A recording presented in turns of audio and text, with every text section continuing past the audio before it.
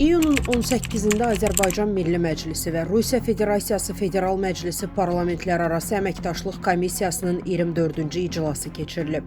Azərbaycan və Rusiya arasında parlamentlərarası əməkdaşlıq münasibətlərin mühüm istiqamətlərindən biridir. Bu formatda keçirilən görüşlər iki ölkə arasında dialoqun davam etdiyini və müxtəlif məsələlərin müzakirə olunduğunu göstərir.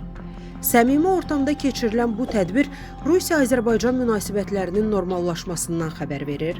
Qlobal Infoza danışan deputat Elman Nəsirov deyib ki, Azərbaycan-Rusiya münasibətləri strateji müttəfiqlik səviyyəsindədir. Stat: 2022-ci ildə Azərbaycan və Rusiya dövlət başçıları arasında imzalanmış müvafiq bəyannamə ilə ikitərəfli münasibətlər ən yüksək səviyyəyə yüksəlib. Bununla yanaşı, münasibətlərimizdə zaman-zaman enişli-yoxuşlu dövrlər və müəyyən soyuqlaşma elementləri də müşahidə olunub.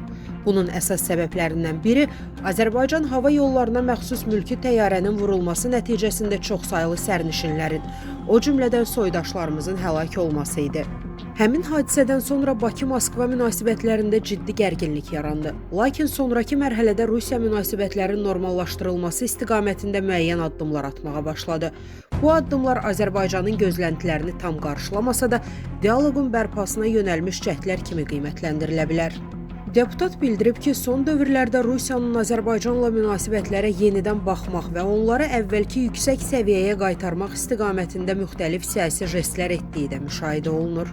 Bu baxımdan hesab edirəm ki, iyunun 18-də Azərbaycan Milli Məclisi ilə Rusiya Federasiyası Federal Məclisinin Parlamentlərarası Əməkdaşlıq Komissiyasının 24-cü iclasının keçirilməsi müsbət hadisədir. Görüşün səmimi və konstruktiv şəraitdə baş tutması iki ölkə arasında mövcud anlaşılmazlıqların aradan qaldırılması istiqamətində mühüm addımlardan biri kimi qiymətləndirilir.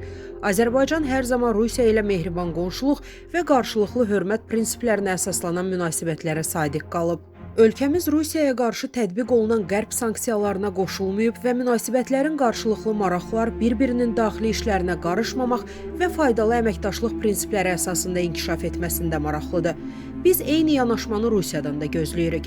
Hesab edirəm ki, parlamentlərarası əməkdaşlıq çərçivəsində keçirilən bu cür görüşlər ikitərəfli münasibətlərin möhkəmlənməsinə və keyfiyyətcə yeni mərhələyə keçməsinə şərait yaradan mühüm imkanlar açır. Statın sonu. Əziz izləyicilər, xəbərlərdən məlumat əldə etmək üçün kanalımıza abunə ola bilərsiniz.